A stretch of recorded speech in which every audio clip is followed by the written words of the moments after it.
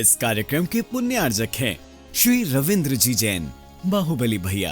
या हम सभी अपने जीवन में सुख और गुणों की अभिवृद्धि के लिए नीति के विषयों का श्रवण कर रहे हैं। नीति हमें सिखाती है कि जल्दबाजी ना हो, किसी भी कार्य को करने में विलंब ना हो, लेकिन जल्दबाजी भी ना हो। कई बार जल्दबाजी में अच्छे काम भी बिगड़ जाते हैं।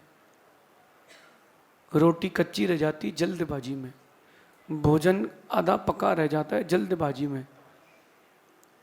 और अगर कोई अपने जीवन में इस जल्दबाजी के अवगुण को हटा देता है, उससे बड़ा सफल कोई व्यक्ति नहीं है। होता यह है कि हमारा धैर्य हमारी जल्दबाजी से टूटता है। आज की नीति कुछ कह रही है कि जल्दबाजी करने की अपेक्षा थोड़ी सी प्रतीक्षा करना ज्यादा अच्छा है। किसी भी काम को जल्दबाजी में ना करें, थोड़ी सी प्रतीक्षा करें, वेट। सबने सुना है कि सब्र का फल मधुर होता है, खास तौर पर तब जब आप जीत के एकदम करीब पहुंच चुके हो। जीत के आप एकदम बिल्कुल नजदीक पहुंच चुके हो और आपका अगर सब्र टूट गया तो हार जाओगे। या फिर आप किसी काम को लंबे समय से कर रहे हो तो जरूर धैर्य रखना। ज्योतिष कहता है कि हर 3 वर्ष में व्यक्ति की कुंडली बदलती है। ज्योतिष कहता है कि हर 3 वर्ष में व्यक्ति की कुंडली बदलती है। अब 3 वर्ष की बात करते हैं, एक साल में 365 दिन होते हैं। 3 साल में 1095 दिन होंगे। तो जब आपकी कुंडली बदली जाएगी 1094 दिन तक तो वही रहेगी, बदलेगी एक ही दिन में। तो एक दिन का सब्र बहुत जरूरी है। कुंडली बदलेगी, ज्योतिष के हर 3 साल में ग्रह नक्षत्र बदलते हैं, तो आपको थोड़ा सब्र रखना चाहिए। कोई भी नया व्यापार कर रहा है, नए ज्ञान का अर्जन कर रहा है, कोई नया एम्पायर खड़ा कर रहा है, अधिकतम आपको 1111 दिन लगेंगे। 1111 दिन आपको स्टेब्लिश होने में लगेंगे। ऊपर बढ़ने में तो आप 1112वें दिन भी बढ़ सकते हो। नींव मजबूत करने के लिए आपको धैर्य रखना पड़ेगा। एक छोटा सा बालक, गांव का रहने वाला, झोपड़ी में रहने वाला, जिसके पास ट्यूशन की फीस के पैसे ना हो, उसने अपने सर से कहा कि मुझे पढ़ना है। तो उसके टीचर ने कहा, बेटा अगर सुबह 4 से 5 पढ़ने आओगे तो फ्री में पढ़ाऊंगा। वो 3 बजे उठकर नहा धोकर 6 किलोमीटर चल करके 1 घंटे में 6 किलोमीटर दौड़ के पढ़ने जाता था 100 रुपये बचाने के लिए। लेकिन उसने सब्र रखा। पैसे नहीं थे तो घर घर जाके उसने पेपर बेचा। पैसे नहीं थे तो उसने ट्रेन में सामान बेचा और दुनिया के सारे काम कर लिए। उसने धैर्य रखा और वही धैर्यवान व्यक्ति देश का 11वां राष्ट्रपति अबुल कलाम आजाद बने। उनके पास क्या था? वो छोटा सा बच्चा, उसके पास था क्या? उसके पास था धैर्य, अपने लक्ष्य के प्रति गमन, जल्दबाजी नहीं करी। सपना पूरा करने में देर तो लगेगी, सपना देखने में थोड़ी ना देर लगती है। आपका क्या मानना है मुझे नहीं पता। मेरा ये मानना है कि सपने वो होते हैं जिनको पूरे करने में आपकी नींद चली जाए। जो आप देखते हो नींद में, वो सपने नहीं हैं, वो तो आपकी कल्पना है। लेकिन सपने वो हैं जब तक वो पूरे ना हो जाए, आपको नींद ना आए, वो सपने हैं। नीतिकार कहते हैं तो क्यों ना अपन जल्दबाजी ना करके धैर्य से काम करें। बहुत सारे काम जल्दबाजी में आप बिगाड़ लेते हो, लेकिन इतना भी इंतजार ना करें कि रोटी जल जाए। इतना भी इंतजार ना करें। देखो, अपने पास 2 दिमाग हैं। एक दिमाग जो वो कैलकुलेशन पर डिपेंडेड है और एक दिमाग जो वो इमोशंस पर डिपेंडेड है।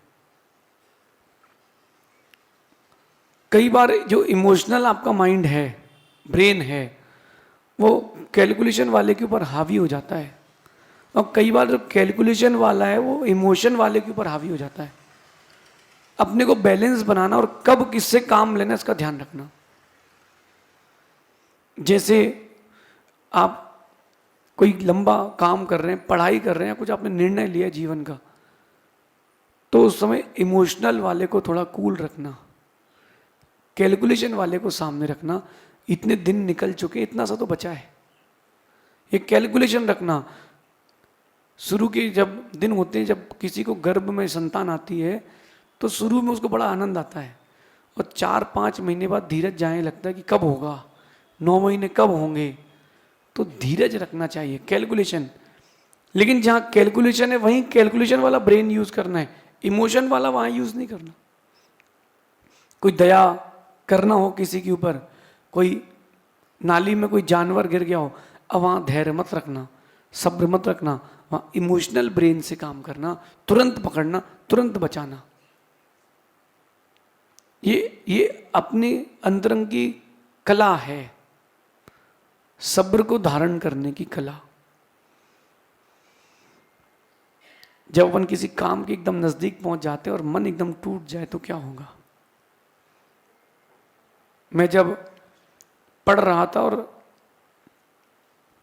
गुरुजी के पास था, मुनि बन चुका था, मेरा मन इस बात पर लगा कि अब व्याकरण पढ़ते हैं, क्योंकि लोगों का पढ़ने का तरीका गलत है। पहले वो बच्चों को सिद्धांत पढ़ाते हैं, बाद में भाषा। बच्चे दोनों नहीं सीख पाते। पहले आपको पढ़ाना चाहिए भाषा, फिर सिद्धांत। जो भी मुनि बने, मोक्ष मार्ग में आए, वो सीधा उसको सिद्धांत चाहिए नहीं। पहले आप संस्कृत प्राकृत भाषा पढ़िए, उसमें निष्णात बनिए, तो वो जो संस्कृत प्राकृत में गाथाएं लिखी वो आपको हिंदी जैसी लगेंगी। ललक है तो झलक है, और झलक है तो ललक है। बोलिए, एक बार में याद हो गया, और मैं रोज मंगलाचरण करता हूं, किसी को याद नहीं हुआ, क्योंकि उसका अर्थ नहीं पता। जिस दिन आपको भाषा अपनी लगने लगेगी या आप भाषा के हो जाओगे, उस दिन सब सरल हो जाएगा। मैं प्राकृत संस्कृत सीख रहा था, लोगों ने मेरा बहुत परिहास किया, क्या दिन भर रामा रामा रामा में लगे रहते हैं, सात औते तम तौतान। मैंने कुछ नहीं कहा, मैंने कहा नहीं,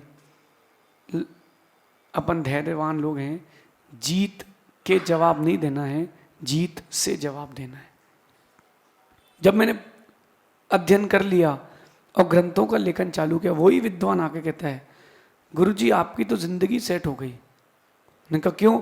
बोले आपको क्या, आपको तो दिन भर लिखने के लिए बहुत मैटर है, हम लोग उसी में लगे हुए हैं। कौन से गुलिस्तान में कितनी प्रकृतियां हैं। मैंने कहा वो प्रकृतियों को जानना अच्छा है, लेकिन सब्र ना हो तो विकृति आ जाए, वो अच्छा नहीं है। आपके पास सब्र ना हो और सारे गुण हो, माना कि भोजन है, उसमें नमक है, अचार है, पापड़ है, मीठा है, सब्जी है, रोटी है, दाल है, सब कुछ है, स्वाद ना हो तो, हाँ, स्वाद ना हो तो सब बेकार है। और माना कि भोजन है, अचार है, पापड़ है, मीठा है, स्वाद भी है, और भूख ना हो तो फिर कुछ नहीं है। कोई कितने ही अच्छा भोजन दे दे और भूख ना हो तो। यही बात कह रहे हैं कि अगर आपके पास दुनिया के सारे गुण हैं, आपका चारित्र अच्छा है, आपका चेहरा अच्छा है, आपका व्यक्तित्व अच्छा है, लोग आपको चाहते हैं, आप व्यापारी अच्छे हो, आप मिलनसार हो, लेकिन सब्र नहीं है तो कुछ नहीं है। अगर आपके पास सारे गुण हैं और सब्र नहीं है, धैर्य नहीं है, तो सारे गुण मिलकर भी आपको जिता नहीं पाएंगे। दुर्योधन के पास क्या नहीं था? सिर्फ सब्र नहीं था, सिर्फ उसके पास धैर्य नहीं था। कृष्ण की सेना उसके पास थी, द्रोणाचार्य उसके पास थे, कर्ण उसके पास था, कंस उसके पास था, जरासंध भी उसके पास था, नारायण प्रति नारायण का युद्ध था, प्रति नारायण की पूरी सेना उसके पास थी, सब कुछ उसके पास था, लेकिन कृष्ण था, धैर्य था, वो अर्जुन के पास था, इसलिए विजय अर्जुन की हुई। अपन भी तो संसार के युद्ध में हैं, खुद को अर्जुन बनाए और धैर्य को अपना सारथी कृष्ण बनाए, विजय अपनी निश्चित होगी। लेकिन वो जो एट द एंड में मूवमेंट में आके टूटते हो आप, बहुत गहरी चोट लगती है, बहुत गहरी चोट लगती है। टूटना नहीं है, ये अपने मन में सोच के रखना कि क्या बोलते हैं आप लोग, झुकेगा नहीं, रुकेगा नहीं। जब तक मेरा लक्ष्य पूरा नहीं होगा मैं धैर्य रखूंगा। थॉमस एडिशन, बल्ब किसने बनाया? वो आदमी रुका नहीं, पहला एक्सपेरिमेंट फेल, दूसरा फेल, तीसरा फेल, चौथा फेल, 100वां फेल, 500वां फेल, 1000वां फेल, 2000, 5000, 8000, 9000, इतने एक्सपेरिमेंट फेल, 9999 एक्सपेरिमेंट फेल। उसने धैर्य नहीं छोड़ा। क्यों? उसको पता है, उसको पता है मैं धैर्यवान हूं, एक दिन आएगा मेरा काम होगा। और 10,000वें एक्सपेरिमेंट में वो सफल हुआ है। कितना बड़ा सब्र! बड़ा बनना है तो बड़ा सब्र रखना पड़ेगा। परमात्मा की मूरत जो हम चाहते हैं वो ऐसे नहीं बनती। वो जो गोबर का टुकड़ा और घास और मिट्टी लीप करके बनाई जाती है वो तो कोई भी बना देगा।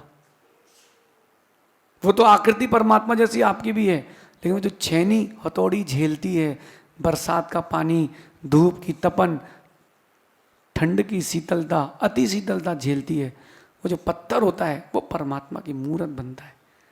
इतना धैर्य रखें, इतना धैर्य रखें कि प्रकृति आपके अनुरूप हो जाए। ये आज की नीति है। सब्र थोड़ा दिन का रखना पड़ेगा, क्योंकि कुंडली हर 3 साल में बदलती है, तो 1094 दिन तो आपको धैर्य रखना पड़ेगा। जिंदगी एक दिन में ही बदलती है, जिंदगी आपकी एक दिन में बदलती है। एक दिन पहले कोई नहीं पूछ रहा था, अगले दिन प्रधानमंत्री। जो पूछते नहीं थे वो पूछ रहे हैं।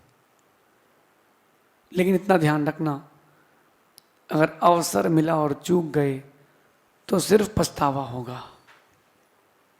अभी जैसे नगर में हम आए हैं, अवसर मिला है, चूक गए तो चूक गए। कोई भी काम हो जीवन का, अवसर मिले तो चूकना नहीं। भूख लगी हो, गरम गरम रोटी आए, चूकना नहीं, तुरंत लेना। चूक गए तो चूक गए। आज की नीति है, जितना बड़ा धैर्य होगा उतनी बड़ी सफलता होगी। केला भी भट्टी पे रख के पकाया जाए और डाल में रखे, आम भी जो डाल का पका होता है वो अलग मीठा होता है। अपन को डाल के पके बनना है तो धैर्य तो रखना पड़ेगा, ऐसा समझना। भगवान महावीर स्वामी की। इस कार्यक्रम के पुण्यार्जक थे श्री रविंद्र जी जैन, बाहुबली भैया।